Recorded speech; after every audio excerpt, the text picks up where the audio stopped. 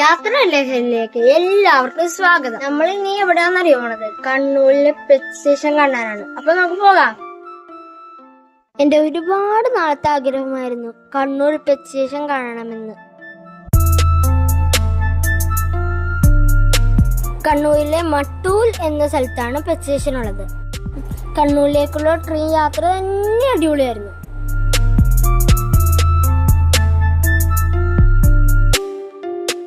Kannur railway സ്റ്റേഷനിൽ നിന്ന് 22 kilometres ആണ് മട്ടൂൽ എന്ന സ്ഥലത്തേക്കുള്ള ദൂരം.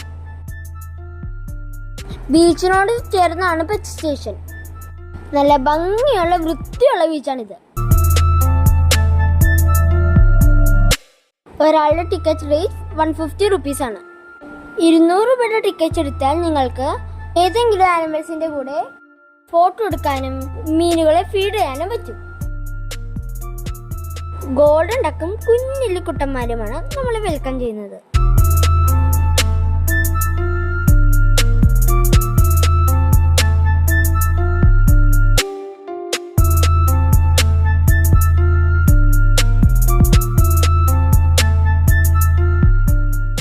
അരാപ്പമയും അലിഗേറ്റർ ഗാർഡൻ പോലത്തെ മോൺസ്റ്റർ ഫിഷ് ആണ് പിന്നീട്. എന്റെ ഫേവറേറ്റ് ആണ് മോൺസ്റ്റർ ഫിഷുകൾ.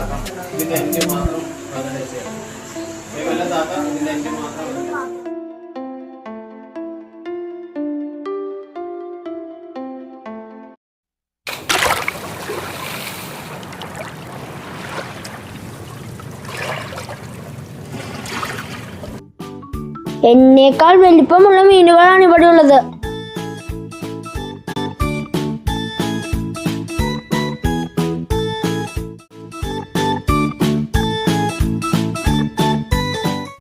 മീനുകളുടെയും പലതരം വെറൈറ്റി കിളികളുടെയും പൂരമാണ് പിന്നീട്. എല്ലാത്തിനെയും വീഡിയോയിലൂടെ കാണിക്കുന്നില്ല കേട്ടോ. പെറ്റ്സിനെ ഇഷ്ടപ്പെടുന്നവരുടെ പറുദീസയാണ് ഇവിടെ.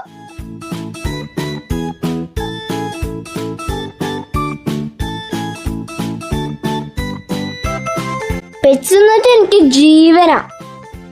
അതുകൊണ്ട് അതറിയാവുന്നവർ എനിക്ക് ഗിഫ്റ്റ് തരുമ്പോ പെറ്റ്സ് അല്ലെങ്കിൽ ബുക്സ് ആണ് തരാറുള്ളത്. പലതരം ഫിഷസ് മുതൽ ഹാംസ്റ്ററും ഗിനിപിഗും ഷുഗർ ഗ്ലൈഡറും എനിക്ക് ഗിഫ്റ്റ് ആയി കിട്ടിയിട്ടുണ്ട്. ഒരുപാട് എക്സോട്ടിക് പെറ്റ്സ് ഇവിടെ ഉണ്ട്. ഇന്ത്യൻ വൈൽഡ് ലൈഫ് സ്പീഷീസിൽ ഉൾപ്പെടാത്ത വിദേശ ജീവികൾ മാത്രമാണ് ഇവിടെ ഉള്ളത്. ആഫ്രിക്കൻ ഡെസേർട്ടിൽ കാണുന്ന മീൽ കാറ്റ്സ് മുതൽ റെയിൻ ഫോറസ്റ്റിൽ കാണുന്ന ടൗക്കൺ പക്ഷികൾ വരെ ഇവിടെ ഉണ്ട്. എല്ലാത്തിനും അതിൻ്റെതായ എക്കോസിസ്റ്റം ഇവിടെ ക്രിയേറ്റ് ചെയ്തിട്ടുണ്ട്. താല്പര്യമുള്ളവർക്ക് ഫോട്ടോ എടുക്കാനായി ഇവിടെ കുറച്ച് ജീവികളെ റെഡിയാക്കി നിർത്തിയിട്ടുണ്ട്. ആഫ്രിക്കൻ തത്തയായ മക്കാവും വലിയ ഇഗ്വാനയുമാണ് കൂടുതൽ ആൾക്കാർ സെലക്ട് ചെയ്യുന്നത്. പക്ഷെ ഞാൻ സെലക്ട് ചെയ്തത് പൈത്തനെയാണ്. അവിടെയുള്ള പലരും ചോദിച്ചു, പേടി തോന്നുന്നില്ലേ, അറപ്പ് തോന്നുന്നില്ലേ എന്നൊക്കെ. പക്ഷെ എനിക്ക് പേടിയോ അറപ്പോ ഒന്നും തോന്നിയില്ല.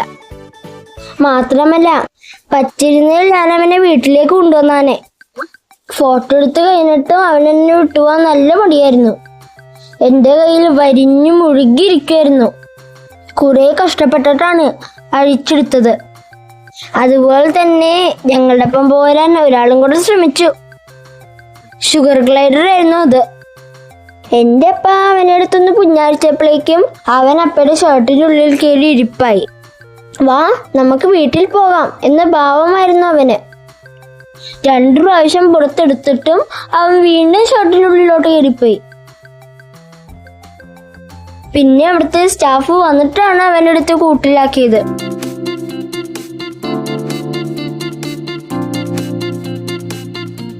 കോഴിക്കാർപ്പ് മീനുകൾക്ക് തിരിച്ചെടുക്കുന്നത് ഭയങ്കര രസമായിരുന്നു. അവ നമ്മളുടെ കൈയുടെ ഉള്ളിലേക്ക് കയറി തിരിച്ചെടുക്കും.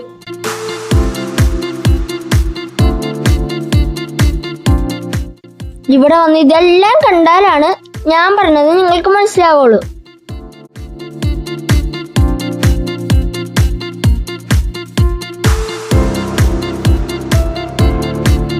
എൻ്റെ 3 വർഷത്തെ ആഗ്രഹമായിരുന്നു പെറ്റ് സ്റ്റേഷൻ കാണണം.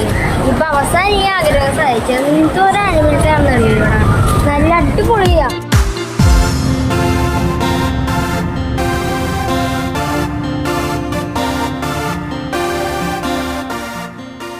പെറ്റ് സ്റ്റേഷന്റെ നേരെ മുമ്പിൽ തന്നെ ബീച്ചാണ്. നല്ല ഭംഗിയുള്ള അടിപൊളി ബീച്ചാണത്. വൈകുന്നേരം വരെ ഞങ്ങൾ അവിടെ എൻജോയ് ചെയ്തു. അതും എന്നോട് നേരെ കോഴിക്കോട് പോയി.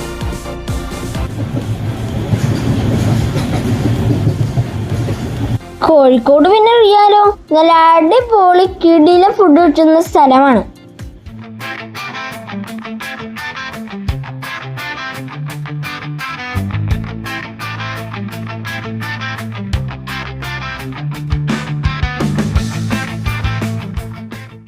ഞാൻ ഫുഡിയൊന്നുമല്ല, എന്നാലും പാരഗൺ ബിരിയാണിയും സ്ട്രീറ്റ് ഫുഡും നൈസായിട്ടൊന്ന് ട്രൈ ചെയ്തു.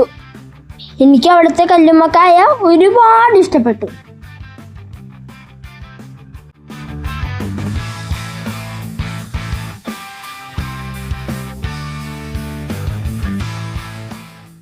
അപ്പയും അമ്മയും അവിടുത്തെ സ്ട്രീറ്റ് ഫുഡ് എക്സ്പ്ലോർ ചെയ്ത തിരക്കിലായിരുന്നു. എനിക്ക് പക്ഷെ വേറൊരു കാര്യത്തിലായിരുന്നു താല്പര്യം. ബീച്ചിൽ നിന്ന് കുറേ കുഞ്ഞു ജീവികളെ ഞാൻ കളക്ട് ചെയ്തു. ചിലതിനെ എനിക്ക് വളർത്താനും ചിലതിനെ ഞാൻ എൻ്റെ മോൺസ്റ്റർ ഫിഷിന് ഫീഡ് ചെയ്യാനുമാണ് എടുത്തത്. എനിക്കപ്പം ഒരാളും കൂടെ ഉണ്ടായിരുന്നു കുഞ്ഞു ജീവികളെ കളക്ട് ചെയ്യാൻ. ആരാന്നറിയോ? ഒരു കൊക്കമ്മാവൻ. ഞാനൊരെണ്ണത്തിനെ പിടിക്കുമ്പോൾ അവനും ഒരെണ്ണത്തിനെ പിടിക്കും. അങ്ങനെ ഞങ്ങൾ മത്സരിച്ചാണ് കുഞ്ഞു ജീവികളെ പിടിച്ചത്.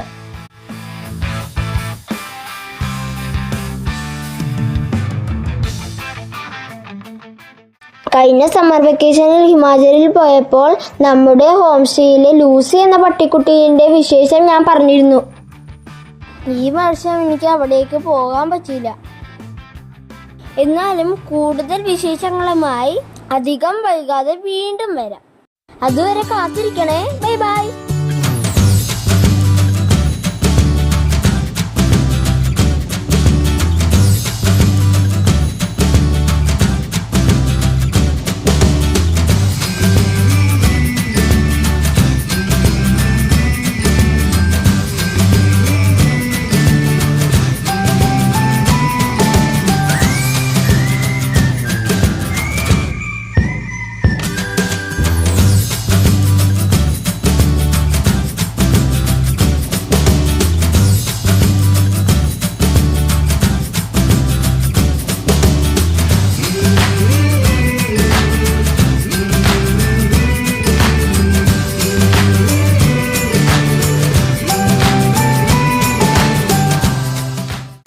ഞാൻ വലുതാകുമ്പോ എന്റെ ആഗ്രഹം എന്ന് വെച്ചാ ഇതുപോലത്തെ ഒരു ടെക്സ്റ്റൈൽ തുടങ്ങണം എന്നാ, മറ്റേ ഒരു സ്ഥലം. അങ്ങനെ ഒരു ആഗ്രഹം ഉണ്ട് ടെക്സ്റ്റൈൽ ആയതുകൊണ്ട്.